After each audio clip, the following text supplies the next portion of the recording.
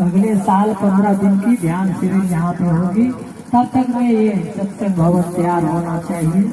हम लोग भी प्रयास कर रहे हैं, होगा ही होगा, इसमें कहने की बात नहीं है। जो दान देंगे दे सकते हैं। श्री सदगुरु महाराजा तो मानस बाबू से 5 मिनट मात्र सुनेंगे। श्री सदगुरु महाराज की जय। श्री सदगुरु महाराज की जय। धन्य धन्य सतगुरु सुखद,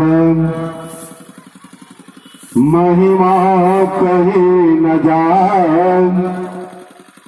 जो कछु कहो तुमरी कृपा, मौत कछु ना बसाए। अव्यक्त रूप में सृष्टि के कनकन में विराजमान 20वीं सदी के महान संत, आवागमन के दुसह दुख मिटाने वाले सदगुरु महाराज के चरण में कोटि कोटि प्रणाम।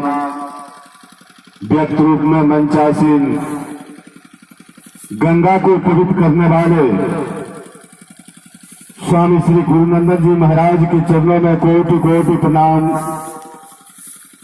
मंच पर विराजमान साधु समाज के चरणों में कोटि कोटि प्रणाम। सदगुरु महाराज की असीम कृपा से हम लोग महर्षि में ही संतमत मंदिर केवटगमा में हम लोग संतमत सत्संग कर रहे हैं। संत स्तुति और गुरु स्तुति, इसके पश्चात रामचरितमानस से पाठ सुने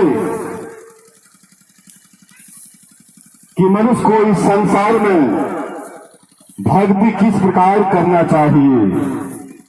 स्वयं काकभूषुंडी और गरुड़ जी कह रहे हैं, और इस संसार में काकभूषुंडी जी महाराज और गरुड़ जी महाराज क्या है। जो इस संसार में अज्ञानी है, जो इस संसार में धर्म के पथ पर नहीं चलता है, अधर्म के पथ पर चलता है, तो समझिए वह गरुड़ जी महाराज है। जो इस संसार में धर्म के पथ पर चलते हैं, अधर्म के पथ पर नहीं चलते हैं। जो ज्ञान में परिपूर्ण है, अज्ञानी नहीं है, वही काकभूषुंडी जी महाराज है।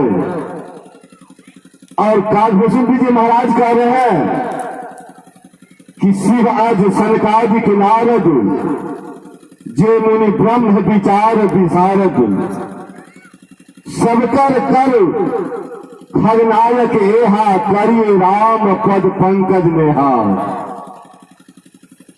परमात्मा का अटल सिद्धांत है कि बिना राम के भक्ति के बिना, सदगुरु महाराज के भक्ति के बिना इस संसार में कल्याण नहीं हो सकता। इसीलिए आप अपना कल्याण चाहते हैं तो सदगुरु के शरण में, संत के शरण में जब चले जाएंगे तो आपका एक न एक दिन कल्याण होना संभव ही है। इसलिए हमारे आराध्य देव कहते हैं कि यही मानुष देव समैया में, कर परमेश्वर में प्यार, कर्म धर्म को जला खाक कर देंगे तुमको तार। यही मानुष देव समैया में। इस मनुष्य के शरीर से हम लोग परमात्मा का भक्ति कर सकते हैं। हमारे आराध्य कहते हैं कि जीवो परम पिता निज चिन्हो, कहते संतन हितकारी। हम लोग को उस परम पिता, जो हम लोग को जन्म मरण के चक्र से हम लोग छुटकारा पाएंगे, उस परम पिता की भक्ति करना चाहिए, उस सदगुरु महाराज की भक्ति करना चाहिए। तभी संसार में हम लोग कल्याण हो सकते हैं। इन शब्दों के साथ मैं अपने वाणी को विराम दे रहा हूं। बोलिए।